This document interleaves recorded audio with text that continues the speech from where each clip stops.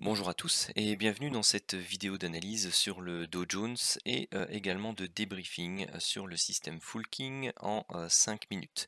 Mais tout d'abord, eh bien, laissez-moi vous présenter tout simplement mes meilleurs vœux pour cette nouvelle année 2021 en espérant que celle-ci vous apporte eh bien, tout simplement tout ce dont vous avez besoin dans votre trading, mais principalement et surtout le plus important, en premier lieu, la santé, l'amour et en dernier, eh bien, tout simplement la prospérité, comme le veut la petite phrase habituelle que l'on prononce chez moi.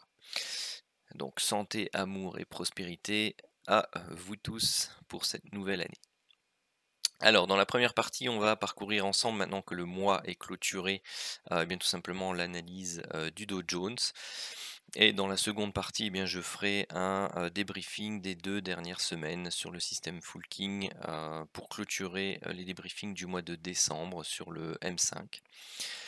Alors, l'analyse du Dow Jones. Eh bien, on avait ici dans la dernière vidéo, donc un petit chandelier d'hésitation qui est en train de se former. Eh bien, cette dernière semaine a été assez intéressante. Pourquoi? Parce qu'elle est venue amener une clôture hebdomadaire, mensuelle, trimestrielle, annuelle, au plus haut. Parce que, allez, je vais le mettre, ça ressemblera pas à grand chose. Ah oui, non, je ne sais pas le mettre ici.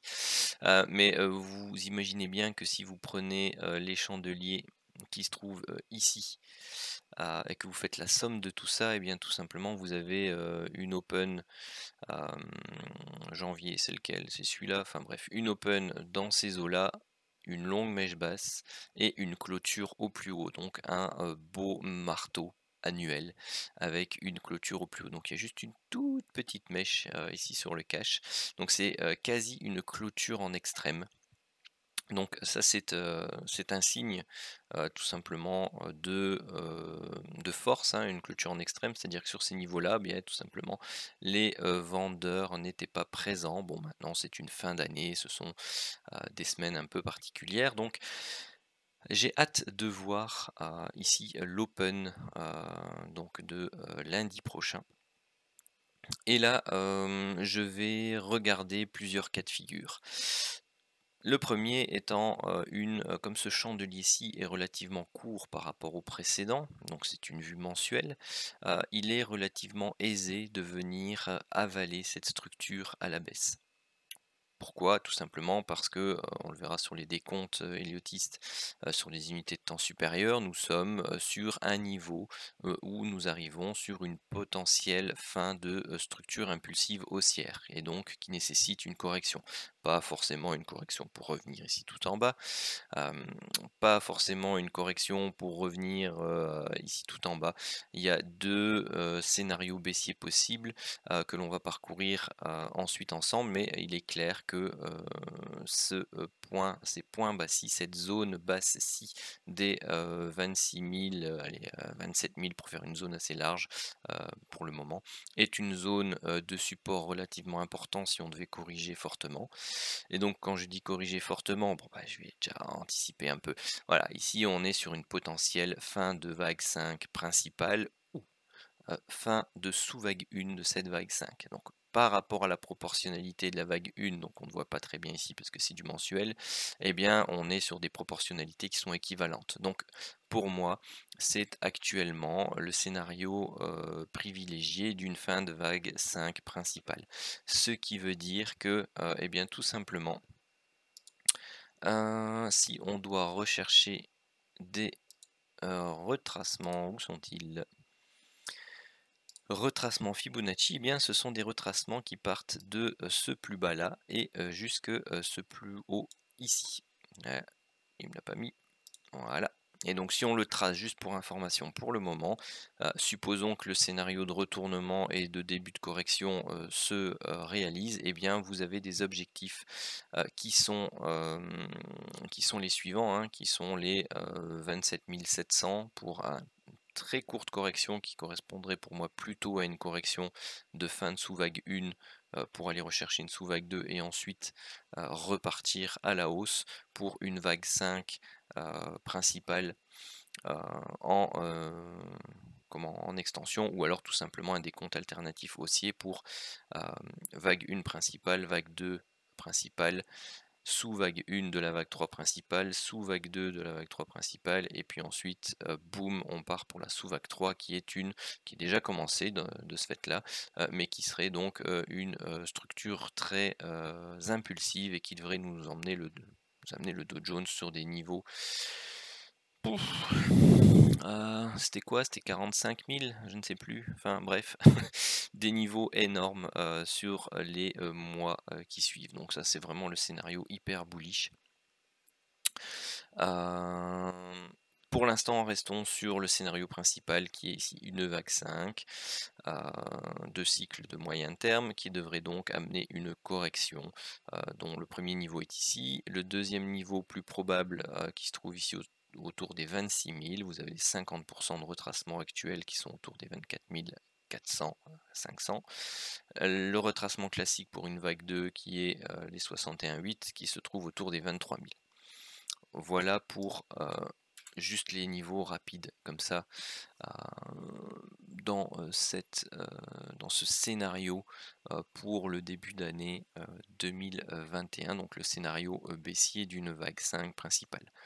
Alors moi, ce que je vais surveiller pour en revenir à la configuration en chandelier japonais, c'est que lorsque vous avez ce genre de configuration, eh bien vous pouvez soit avoir ici encore une petite toupie, donc un petit chandelier au mois de janvier, hein, un mois de janvier qui serait très peu volatile et compris entre par exemple les 31 300 et bah, on va dire ici hein, les 30 700, 30 600, bref, une zone d'hésitation ici avant un décrochage et par exemple un mois de février qui avalerait la petite toupie et ce petit chandelier-ci qui marquerait tout simplement un besoin de consolidation mensuelle.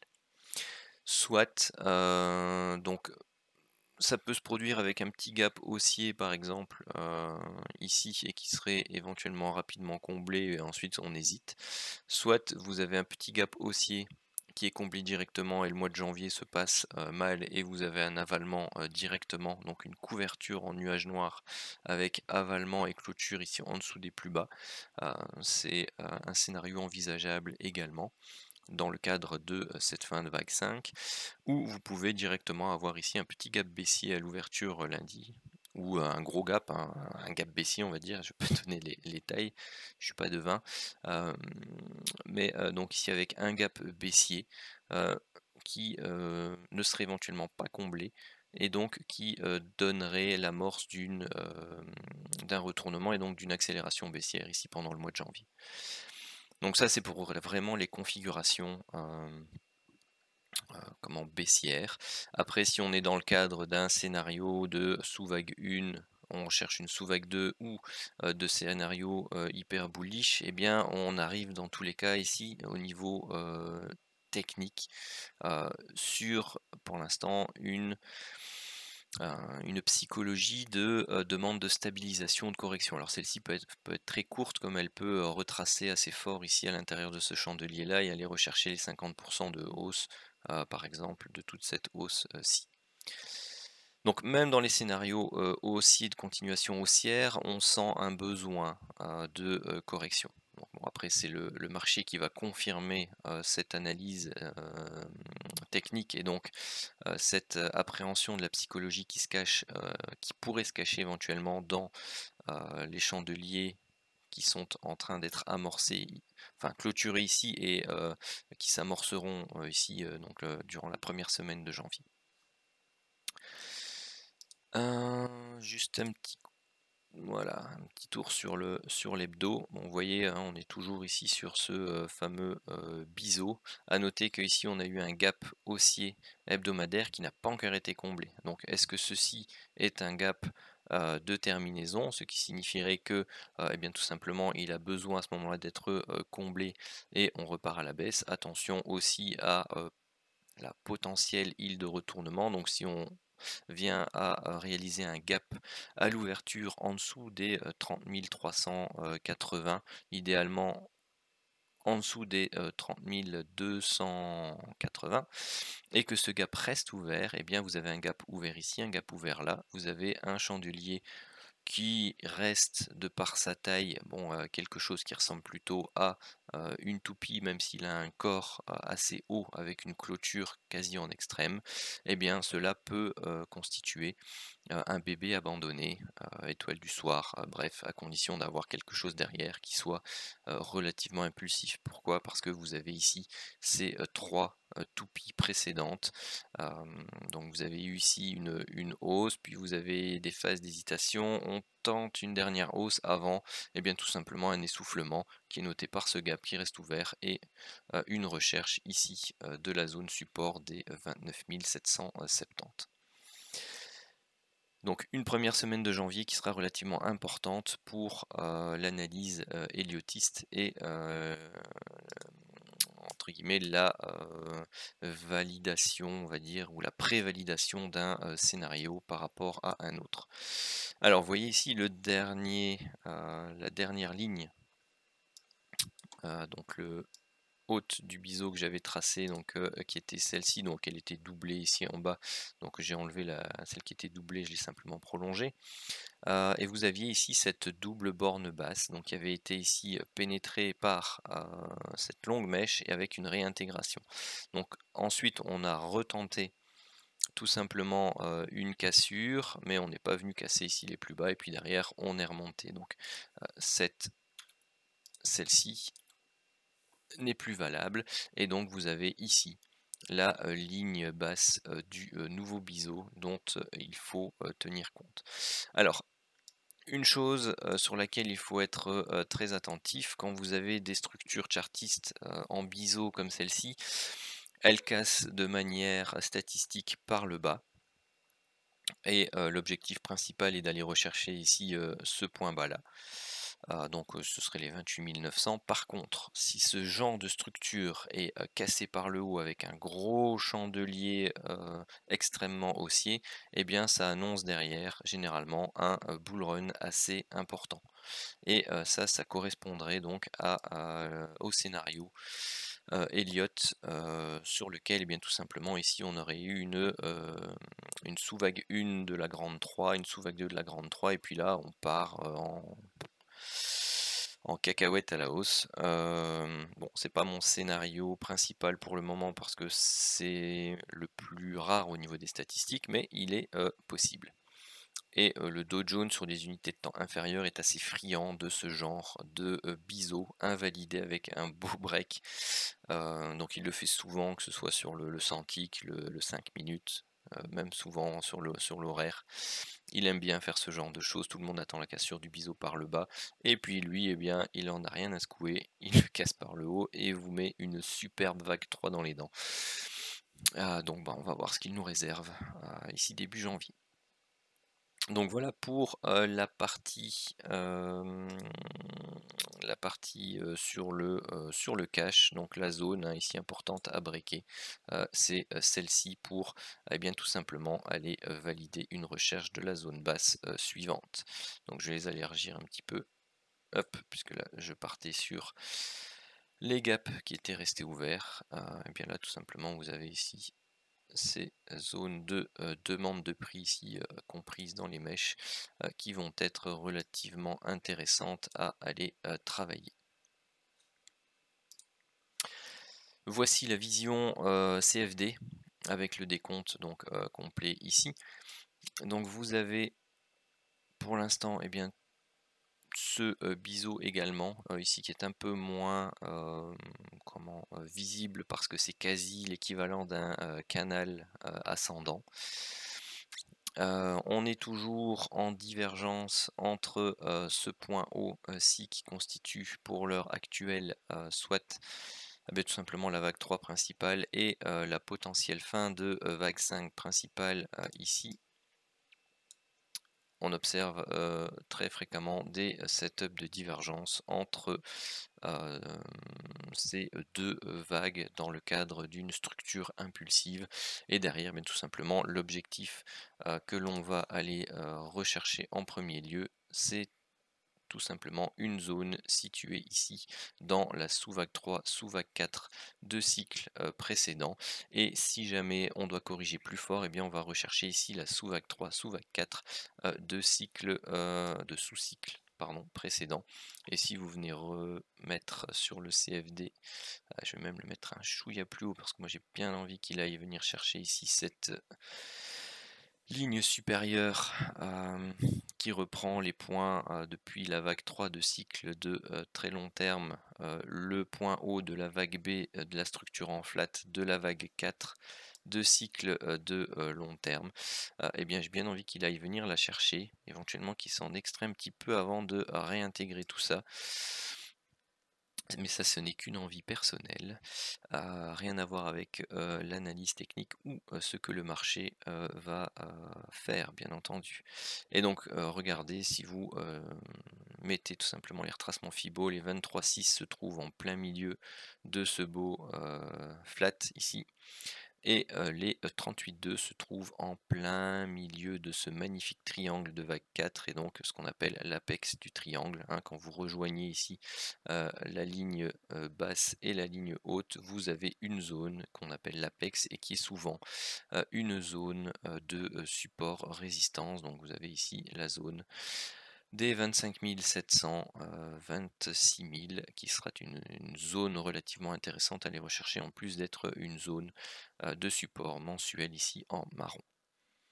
Les 50% et 61,8 eh bien, constituent les bornes basses et hautes de la zone de support mensuelle suivante et une recherche de la zone de sous-vague 1, sous-vague 2 ici de notre vague 3 principale actuelle.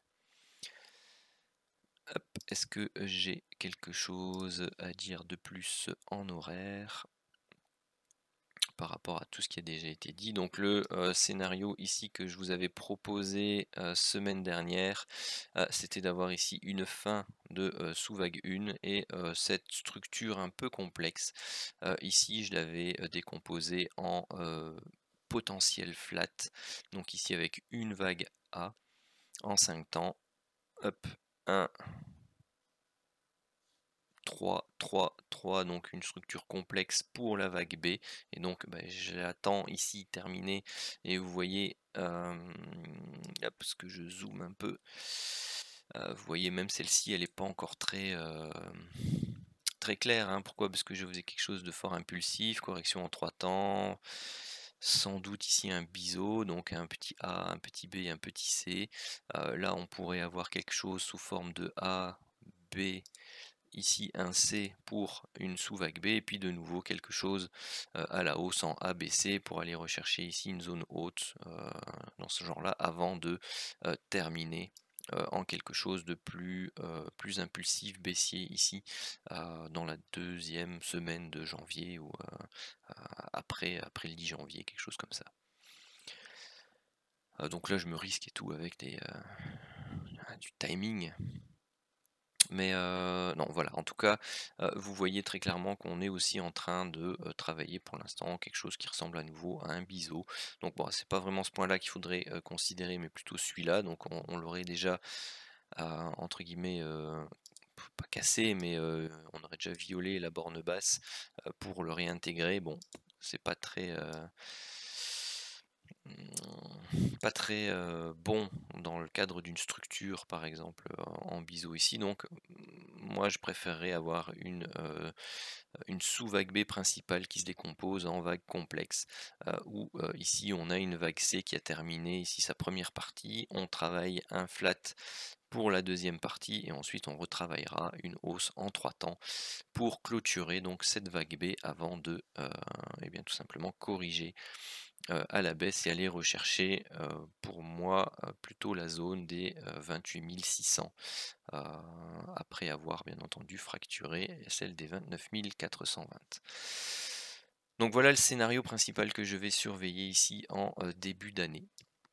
sur le Dow Jones. Et voici qui clôture mon analyse hebdomadaire sur le Dow Jones. Je vais donc maintenant passer à la partie débriefing sur le système Full-King, donc ici sur la plateforme MT4, donc sur le setup en M5.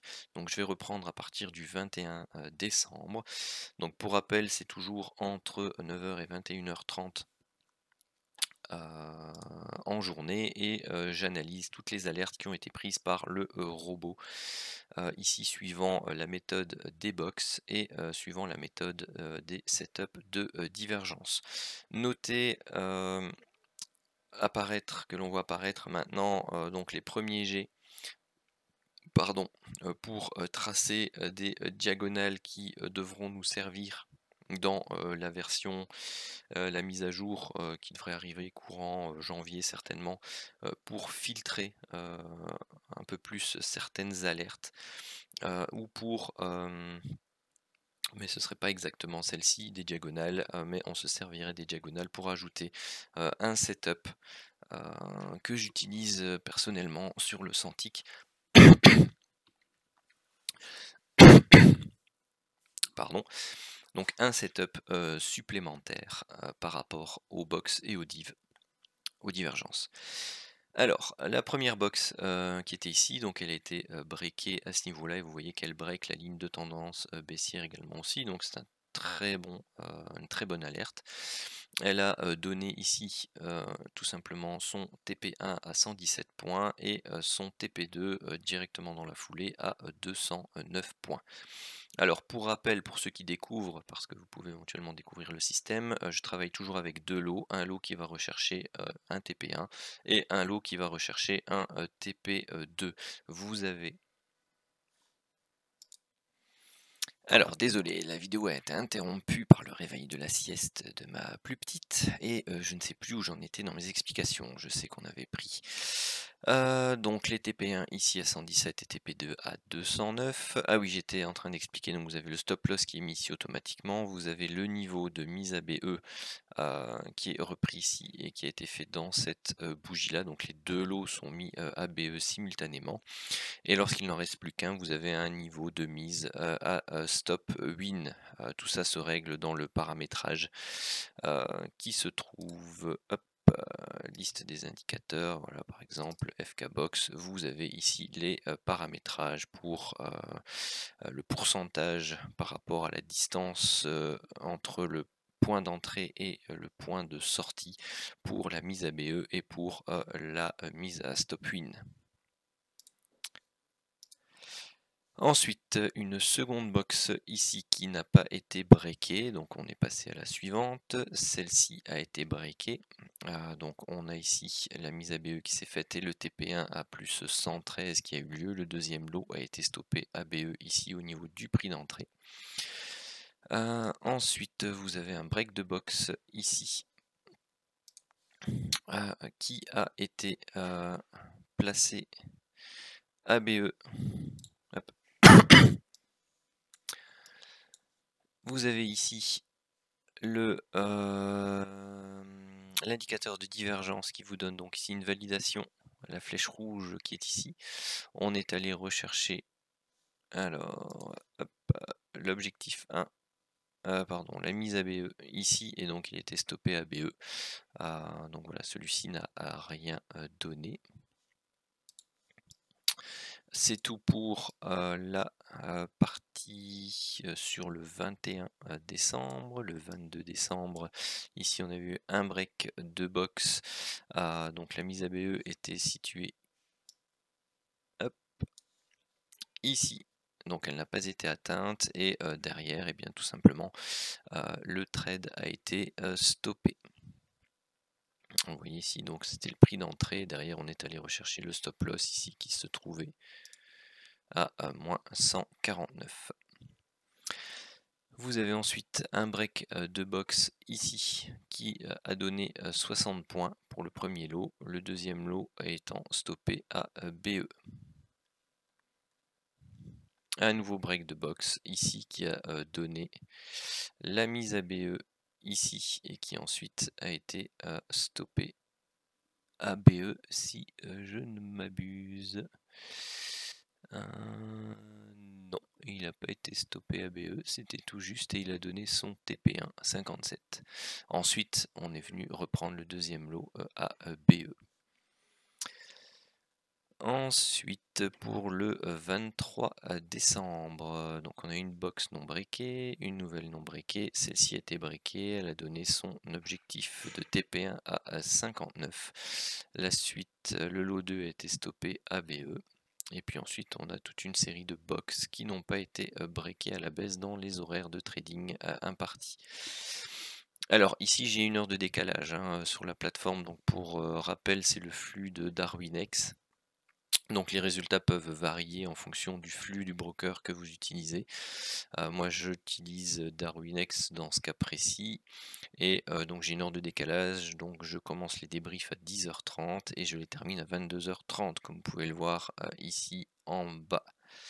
Hop, 22h30. Pourquoi? Parce que ça correspond à 21h30 heure de Paris-Bruxelles. Et ensuite, le 24, une box non briquée, une box non briquée, un setup de divergence à la hausse qui a été stoppé, donc ça fait moins 48 sur les deux lots. Et là, ici, bien tout simplement, on termine plus tôt. Donc celui-ci n'est pas repris dedans. Pourquoi? Parce qu'il a lieu à 19h, les marchés étaient fermés à 18h30, enfin en milieu de journée aux États-Unis. Donc voilà pour le débrief ici de cette semaine-là. Donc ce qui nous donne, donc sur toute cette semaine, tout ce que je vous ai indiqué ici, ça faisait une semaine à 220 points. Passons sur la semaine suivante, donc le 28 décembre. Ici, setup de divergence qui a été stoppé, donc moins 63 points sur les deux lots. Un break de box ici, donc qui a été mis à BE sur ce chandelier là. On est allé chercher le TP1 à 52 et direct après le TP2 ici à 101 points. Second break de box juste après, là on est allé chercher le TP1. Non, pardon, le BE. Donc le TP1 c'était de justesse. Donc à nouveau, hein, c'est toujours pareil. C'est à quelques points près. Moi, le robot lui les met tip top ici en dessous. Moi, je les mets généralement à 1 ou 2 points juste en dessous. Pourquoi? Parce que souvent on a ce genre de ce phénomène-là. Donc on vient s'approcher du TP, hop, mais à 2-3 points près, on le prend pas. Donc si je vois que ça se produit, soit je le coupe moi-même manuellement, soit je le descends ici de quelques points. Ensuite, tous les setups de box qui n'ont pas été validés. Donc ça nous fait une journée de lundi par exemple ici à 27 points. Ensuite, le 29 décembre, box non breakée, nouvelle box non breakée, nouvelle box ici breakée sur laquelle on va aller rechercher le TP1 à 56 points. Hop. Et derrière, on vient pas rechercher le BE et on va rechercher ici directement la mise à stop win et puis le TP2 à 155 points. Nouveau break de box ici juste après, on va rechercher le TP1 à 49 points et le deuxième lot est stoppé à BE juste ici. Donc on a une belle figure ici en double bottom. Et puis hop, on la break, on revient tester la ligne de coup et puis après on s'en va. Donc cette box là n'a pas été breakée dans le temps imparti. Pourquoi? Tout simplement parce que on est passé 22h30, enfin 21h30 chez nous. Pour le 30 décembre, box non breaké, setup de divergence à la baisse. Et ici, donc bon, je l'avais tracé. Hop. Et donc ce qui aurait été intéressant, c'était d'attendre justement le break de cette ligne de tendance qui s'est faite uniquement ici. Donc on est entré plus tôt et donc légèrement au-dessus parce que la meilleure entrée aurait été celle-là, quoique elle est aussi sur une zone basse ici de box, donc c'était pas évident. Mais donc on est allé rechercher l'objectif 1 de justesse à 49 points. Le deuxième lot a été stoppé ABE. Box, box, box, box, box. C'est seulement la dernière ici qui a été breakée. Et il faut attendre. Hop, pardon. On va baisser un peu. Voilà. Seulement attendre ici cette baisse qui a donné ici la mise à BE et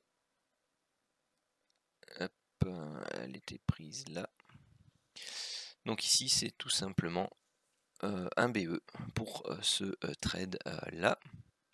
Pourquoi? Parce qu'on est venu se mettre à BE ici, après on est remonté derrière. Ici on a un setup de divergence qui va donner son TP1 à 42 points. Pardon. Et ensuite le deuxième lot stoppé ABE, nouveau setup de divergence qui va aller rechercher ici son TP1 et son TP2, donc 72 et 144 points, et ensuite un dernier break de box qui va rechercher son TP1 à 37 et son TP2 à 104. Alors après, vous me direz, pourquoi je compte celui-là alors qu'il s'est fait à 21h30 et que c'était, identique à Noël, c'est-à-dire que les marchés étaient, fermés, juste après. Ah et bien en fait, je vais ne pas le compter non plus. Voilà donc ce que donne le résultat, de, la dernière semaine de décembre, ce qui nous donne un total, final sur le mois de décembre ici et pas, novembre, de, plus 150 points. Ce qui était pas gagné. Pourquoi? Parce que si je fais le récap, de décembre, eh bien on avait commencé ici. Donc la première semaine, c'était clôturé avec, moins 700 points. La deuxième semaine avec plus 270, la troisième semaine avec moins 230 et puis les 2 dernières semaines qu'on vient de faire ensemble, donc plus 220 et plus 595, ce qui nous donne un résultat sur le mois qui est le mois le plus, faible, clairement. Depuis, que j'étudie et que j'analyse, les débriefings, pour, le robot, donc il fonctionne depuis, maintenant, 2 mois, donc une bonne partie en privé et puis une grande partie officielle, essentiellement le mois de décembre sur, les, hem, comment donc sur le canal, The Dark Knight, le canal Telegram, donc sur lequel, on vous renvoie toutes les positions qui sont prises par le robot et qui sont débriefées ensuite, ici. Et donc il a fait plus 150 au mois de décembre et plus 3100 au mois de novembre. Et puis, donc ça, ce sont les 2 mois de test, de la méthode en réel, avec le money management, actuel. Et puis, les 4 mois précédents, ce sont des mois de backtest, manuel, donc où j'ai repris toutes les alertes, passées, pour pouvoir les étudier. Et donc, bon ben voilà, le mois d'octobre avait donné plus 3200 points, le mois de septembre plus 6800, le mois d'août plus 4200, le mois de juillet qui était à l'époque le plus mauvais, enfin ou le moins bon, hein, on va dire ça comme ça, plus 2000, et le mois de juin plus 6600. Donc voilà, j'espère que, en janvier, les marchés vont être, un peu plus mouvementés qu'au mois de décembre, enfin ou avec une volatilité un peu plus, grande. C'est-à-dire que les mouvements après validation des différents setups, iront au minimum chercher leur, TP1, pas comme on a eu ici où, à peine validé, on repartait dans l'autre sens et on se faisait, stopper directement. Donc toute cette semaine-là, c'était une semaine assez, compliqué pour le, M5, mais par contre très rémunératrice de mémoire pour le, Santic. Donc voilà. Sur ce, ça clôture la vidéo d'analyse et de débrief, sur le Dow Jones et sur le système Full King. Je vous remercie de l'avoir visionné. Surtout, n'oubliez pas de vous abonner à la chaîne si c'est, pas déjà fait, et de, liker la vidéo pour aider à son référencement. Donc le petit pouce bleu, bien entendu si vous n'avez pas aimé, vous êtes libre de mettre le pouce rouge, et de laisser des commentaires, pour tout simplement m'aider, à améliorer, tout simplement le schéma des vidéos, donner points positifs ou négatifs. Ce sera avec plaisir que je les recevrai et que je m'en servirai pour améliorer tout ça. Sur ce, je vous souhaite encore une excellente année 2021. Prenez soin de vous et je vous dis à très bientôt.